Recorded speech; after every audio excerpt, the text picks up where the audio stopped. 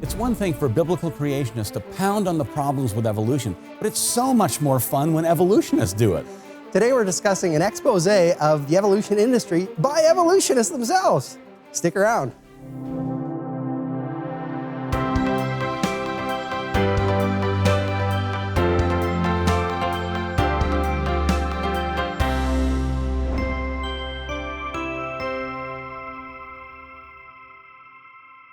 Welcome to Creation Magazine Live. My name's Richard Fangrad. And I'm Matt Bondi. Now, imagine inviting the world's 16 best evolutionist minds, the elite, the top of the heap, the creme de la creme, together to advance evolutionary theory, but instead they look at each other and say, we don't know how evolution works. Well, that's basically what happened. The invitation to the conference read, "We are grappling with the increasing feeling that we just don't have the theoretical and analytical tools necessary to make sense of bewildering diversity and complexity of living organisms." Yeah, one of the scientists in attendance said, basically, I don't think anybody knows how evolution works. And there are heaps more statements like this that many of you will find shocking coming out of evolutionists' mouths. Yeah. Okay, in the next half hour, we'll summarize what happened at this incredible meeting and draw some conclusions. It's evolutionists bashing evolution. It is, yeah. Questioning the mechanism that most people have been taught were the causes for the diversity of life on Earth. Now, these quotes are found in a book that kind of summarizes this invitation-only symposium held at Altenberg, Austria in July 2008, attended by 16 evolutionary scientists, and they were called the Altenberg 16.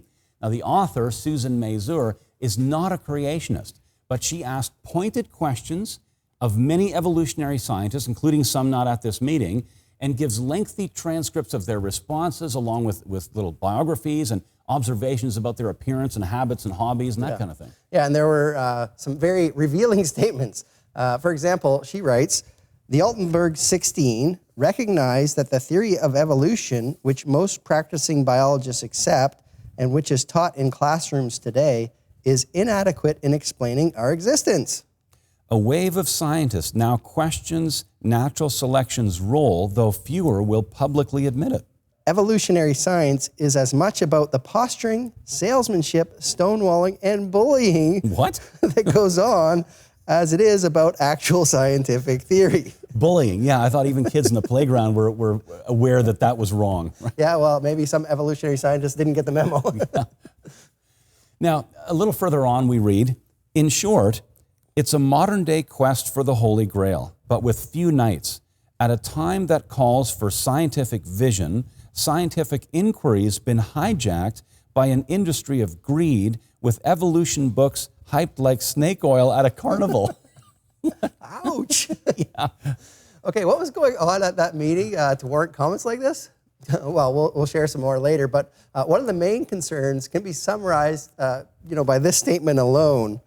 "Scientists agree that natural selection can occur, but the scientific community also knows that natural selection has little to do with the long-term changes in populations." Okay, now that likely surprises many of you, right? I mean, the book openly acknowledges the inadequacy of explaining evolution via natural selection. In other words, genetic mutations and recombination plus various forms of selection are not sufficient to explain the diversity of life. And it documents this point with statements from leading evolutionary scientists. Yeah, for example, one of the scientists said, "Oh, sure, natural selection's been demonstrated. The interesting point, however, is that it has rarely, if ever, been demonstrated to have anything to do with evolution in the sense of long-term changes in populations. Summing up, we can see that the import of Darwinian theory of evolution is just unexplainable caprice from the top to bottom. What evolves is just what happens to happen." It happens to happen. Another one said, "Do I think natural selection should be relegated to a less important role in the discussion of evolution? Yes, I do." And Lynn Margulis said, "At that meeting, Francisco Ayala agreed with me when I stated that this doctrinaire neo-darwinism is dead. He was a practitioner of neo-darwinism, but advances in molecular genetics, evolution, ecology, biochemistry, and other news had led him to agree that neo-Darwinism is now dead. Yeah, astounding. Yeah, so neo-darwinism, by the way, it is Darwin's theory of evolution by natural selection plus Gregor Mendel's theory of genetics. Yeah. Now, Darwin didn't know about genetics when he published in 1859 because Mendel first published 7 years later in 1866. Right, yeah. Referring to Lynn Margulis, the author Susan Mazur wrote, she sees natural selection as neither the source of heritable novelty nor the entire evolutionary process, and has pronounced neo-Darwinism dead, since there's no adequate evidence in the literature that random mutations result in new species. Wow. I mean, those are extremely strong statements. Yes. And just a reminder, these are evolutionists, not creationists Right. saying this. So, you know, these evolutionary scientists clearly have huge doubts about what many of us have been taught are the mechanisms that drive evolution. Yes, yeah. One scientist said, the point is, however, that an organism can be modified and refined by natural selection, but that is not the way new species and new classes and new phyla originated. And you know what? We agree. Yes, we agree. Natural selection does modify organisms, but cannot account for their origin. The origin of species, the origin of all life, it requires a creator. It does. And we'll continue in just a minute.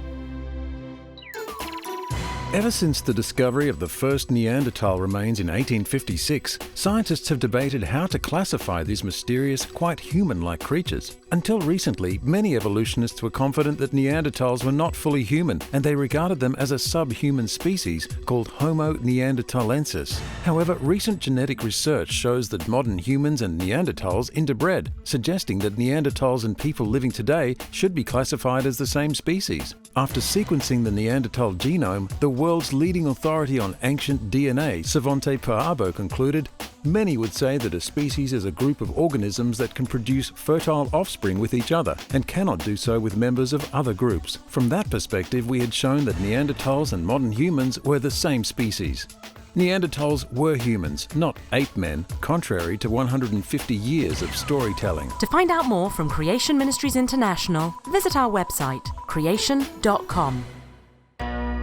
Welcome back. Most of the content for today's summary of a meeting of 16 leading evolutionists in Altenberg, Austria, comes from a review of the book, The Altenberg 16, by Walter Remine. And we're only kind of summarizing his review, which is kind of a summary of the book. Yeah. So, it's kind of like a summary of a summary. yes, yeah.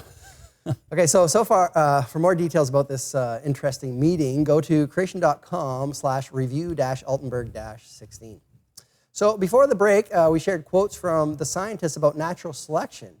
Now, the book identifies some areas where natural selection is not a sufficient explanation, but discusses those only briefly and superficially. And we can expand on that a little. But first, I think we should probably define some terms. Yeah, okay, all right.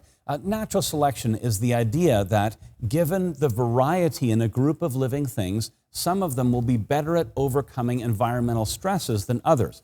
The more fit will leave more offspring than those that are less fit. Right. Now, this idea was not invented by Darwin. No. Many people wrote on it before him, the most prominent being creationist Edward Blythe. Yeah, now here's a simple example. Here are some trees with a mix of genes for the length of the roots. If that population is exposed to generations of very dry weather, the ones most likely to survive are obviously the ones with longer roots that get down deep into the water table. So the one on the left side survives. The one with the short roots doesn't, and the two with the medium roots, well, you know, they might survive. Yeah, so the genes, the genetic instructions for shorter roots are less likely to get passed on. After a number of generations, if the dry weather continues, none of these plants will have the genes for short roots. They'll all be of the long root type. And since all the plants now have long roots, they're now better adapted to dry conditions than their forebears were. That's natural selection. That's natural selection. Sort of. Yeah, and of course, it's an important part of the creation model. Always has been. God has engineered living things to be able to adapt to changing climates without going extinct at the slightest change, you know, and of course, that's just good engineering. It is, yeah. But it can't account for the origin of living Right. things. And the Altenberg 16 know that. So what are some areas where natural selection doesn't help evolution? Well, the origin of life, obviously. Yeah, right. Natural selection can't operate until after life has begun. Yes. Yet modern science has revealed breathtaking complexity of the simplest known self-reproducing life forms. Yes, and to get around this major problem, evolutionists propose that life originally came from life forms unlike any we see today. Now, they have zero evidence of these, but, well, there has to be some step between a pool of chemicals on the ancient Earth and life, right? I mean, it can't be that evolution itself might be wrong, could it? No, never. They won't give up on the overall concept that we must have, God here without a God. In addition, evolutionists are now using terms like self-assembly and self-organization, and associated terms like plasticity. There's a good one. Okay. Anything but a creator God, right? That's the thing. Another problem is in the area of the origin of higher taxa, especially the origin of phyla and classes. According to evolutionists themselves, the origin of all the animal phyla occurred within, or very near, a brief geological period, a twinkling of an eye in the deep time scenario, known as the Cambrian explosion. Yeah, famous evolutionist Stephen Jay Gould noted that the fossil sequence shows that the most different biological designs tend to show up first. Now, this contradicts the expectations of Darwinism and neo-Darwinism, which expects slow, little changes that over time will result in large differences. Later, yeah. Darwinism expects the most different designs to show up last, not first. Yes, but it gets even worse. Recent discoveries in genetics are compounding the problem. Developmental biologists have observed a small set of genes coordinating the development of body plans, and these are present across the multicellular kingdom in the various phyla and classes. Evolutionists call this the developmental genetic toolkit. So according to evolutionary thinking, this complex toolkit must have originated in some common ancestor to all the phyla. Right.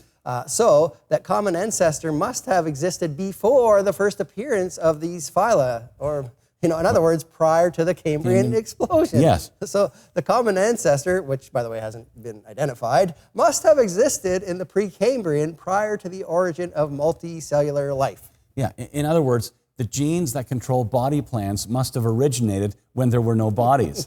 And the genes that control embryological development had to have originated when there were no embryos. Wow. Okay then.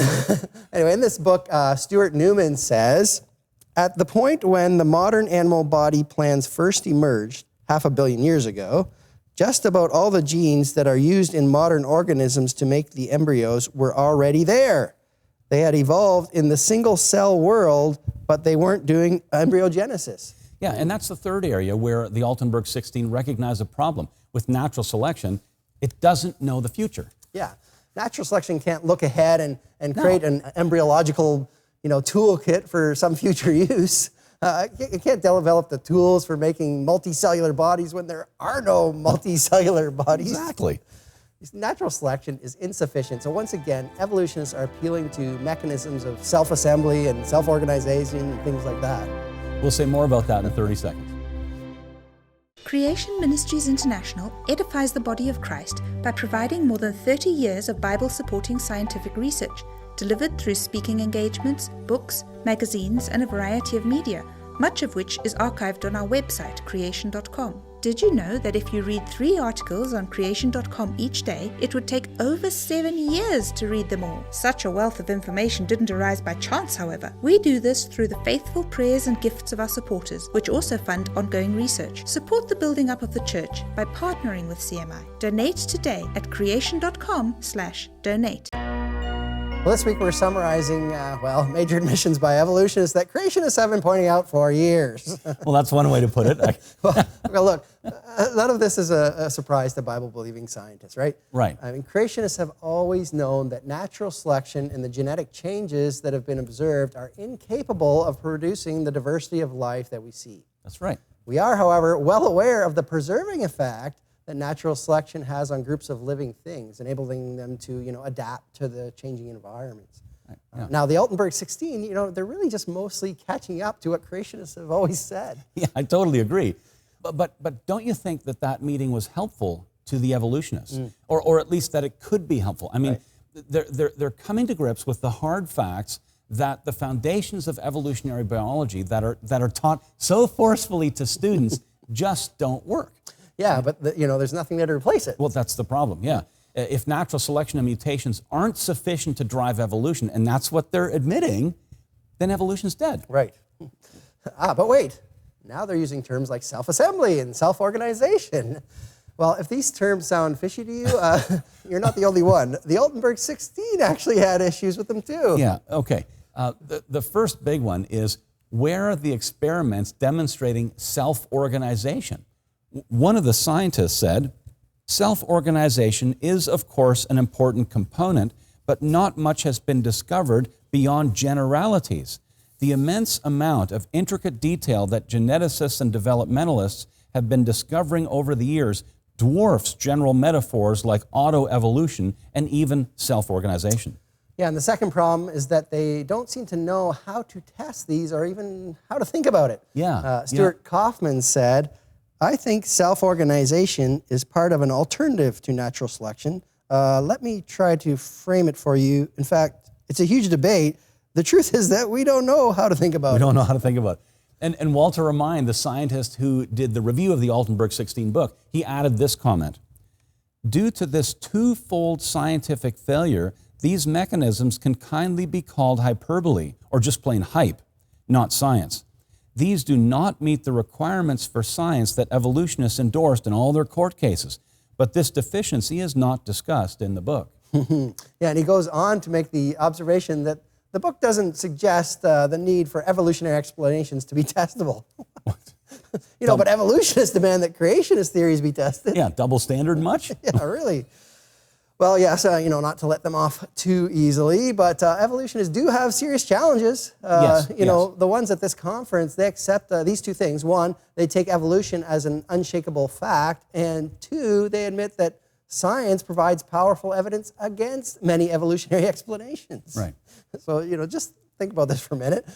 If you know that evolution happened and you're not willing to entertain the possibility of a creator God, but maintain that we exist at the end of a long chain of processes guided only by purely natural processes over billions of years, but then also come to realize that the natural processes that have been put forth to explain evolution aren't supported by science, well, where do you go from there? Where do you go? It becomes a grasping at straws, doesn't it? Yeah.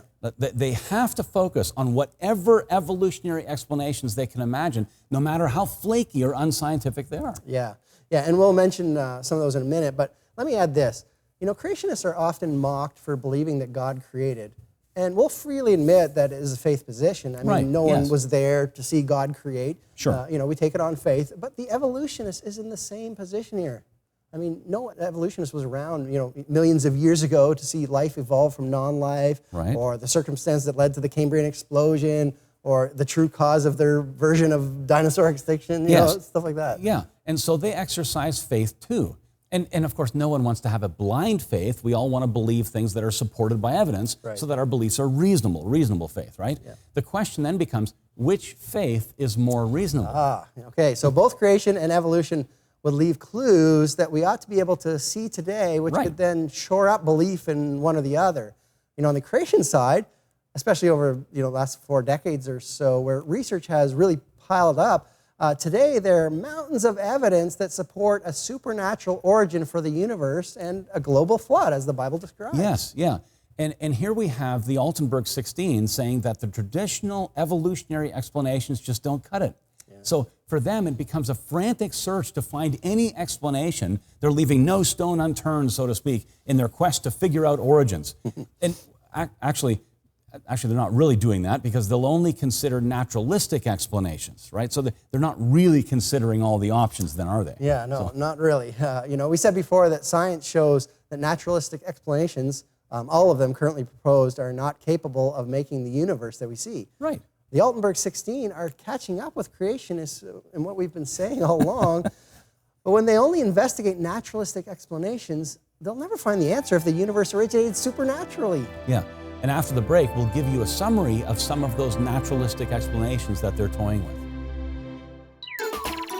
Helium gas is renowned for its ability to diffuse through materials quickly. Why is it then that we find an abundance of helium in certain rock crystals, that it has not managed to escape from them? This has significant implications for the dating of rocks using radioactive decay. That's because helium is formed when some radioisotopes decay, and therefore lots of helium suggests lots of decay has occurred. Moreover, if lots of decay has occurred, it also suggests that the rock is very old. However, nuclear physicist Dr. Russell Humphreys realized that lots of helium trapped in the rock crystals that had not had time to diffuse out means that the rocks were actually young. Dr. Humphreys concluded that nuclear decay rates must have been dramatically faster in the recent past, and that is why rocks that are actually only thousands of years old are commonly wrongly dated using radioisotope decay as millions or billions of years old. To find out more from Creation Ministries International, visit our website, creation.com.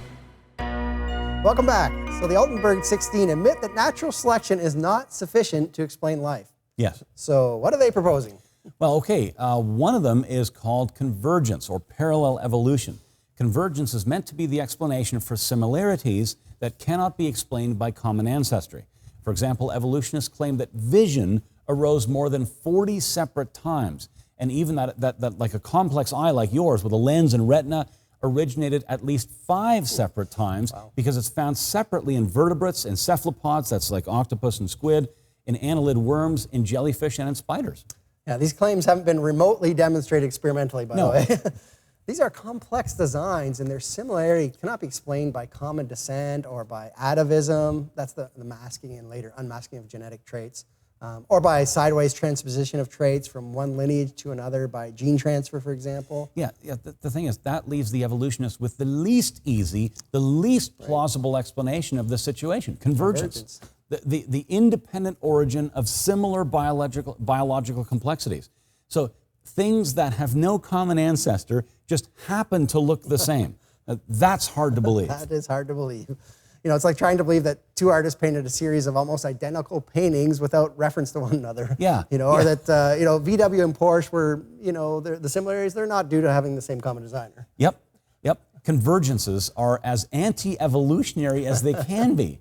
But ironically, the more profound the anti-evolutionary evidence, the more the evolutionist seems to see it as evidence for the incredible power of some evolutionary mechanism. You know, they interpret convergence as evidence for the incredible power of natural selection. Look what it's done. Yeah. Amazing. Okay, another example. Long ago, evolutionists would try to identify ancestors and establish how modern life originated from them. Right. They fail, though, because clear-cut ancestors and lineages just aren't there. They're not there. So starting in the mid-70s, evolutionists tried to reformulate the theory to have no need for ancestors. The cladistic mythology, actually it's methodology, but I should say mythology. Mythology? Yeah, then it rose to prominence because it never really identifies real ancestors. And then punctuated equilibria, that theory rose to prominence, mostly because it attempts to explain away this central failure of Darwinism. Yeah, so evolutionists began to acknowledge 3 anti-evolutionary patterns in the fossil record. Number 1, the absence of change through the existence of a fossil species, or stasis, things stay the same in the fossil record. 2, the existence of large morphological gaps between life forms. In other words, large differences in form and structure. So it's really the absence of gradualism. Yes, exactly. Yeah. Paleontologist Stephen Jay Gould famously called this the trade secret of paleontology. That's right, yeah. And number 3, the absence of clear-cut ancestors and clear-cut lineages. The expected transitional forms just aren't there. Mm-hmm.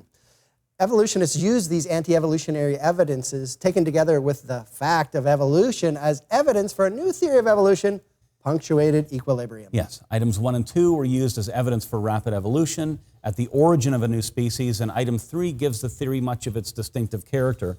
According to the theory, evolution occurs mostly at speciation, in sudden rapid bursts, and scrambles any lingering appearance of clear-cut ancestors and clear-cut lineage, making it hard to identify ancestors. How convenient. Yeah.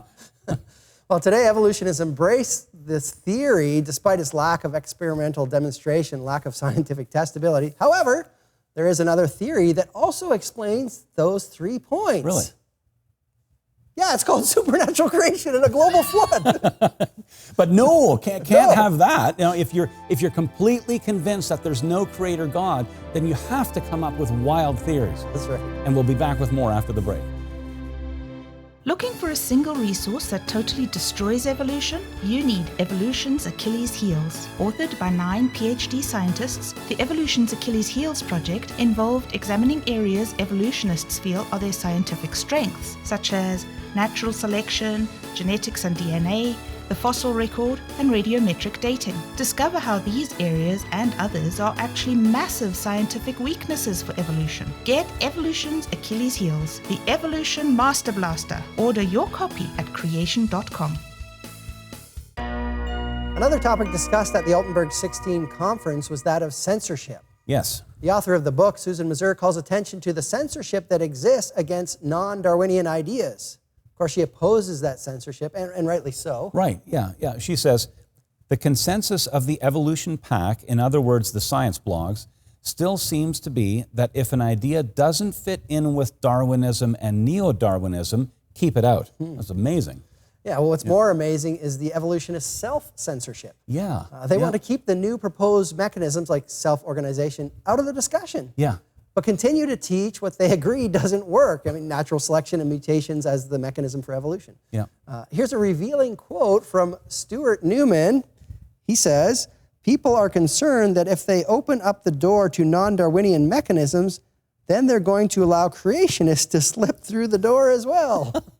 Very interesting, right? They're afraid that if you allow theories that challenge Darwinian evolution, and he agrees that self-organization does challenge it, Right. then that could open the door to other challenges to Darwinian evolution. I don't see a problem, do you? Fantastic.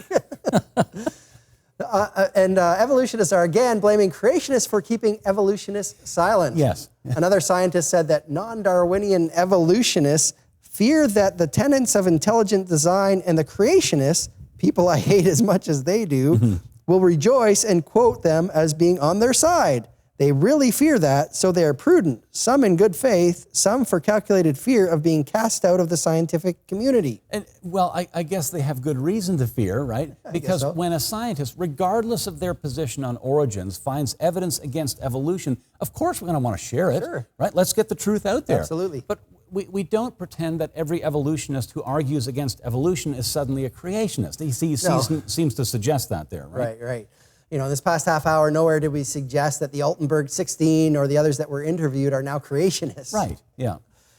Hey, there are more details in Walter Remind's book review that we didn't have time to cover today. But you can access those at creation.com/review-Altenberg-16. Well, the good news is that unlike what's happening with evolution, there's massive amount of scientific and historical support for creation by God and a global flood. That's right, yeah.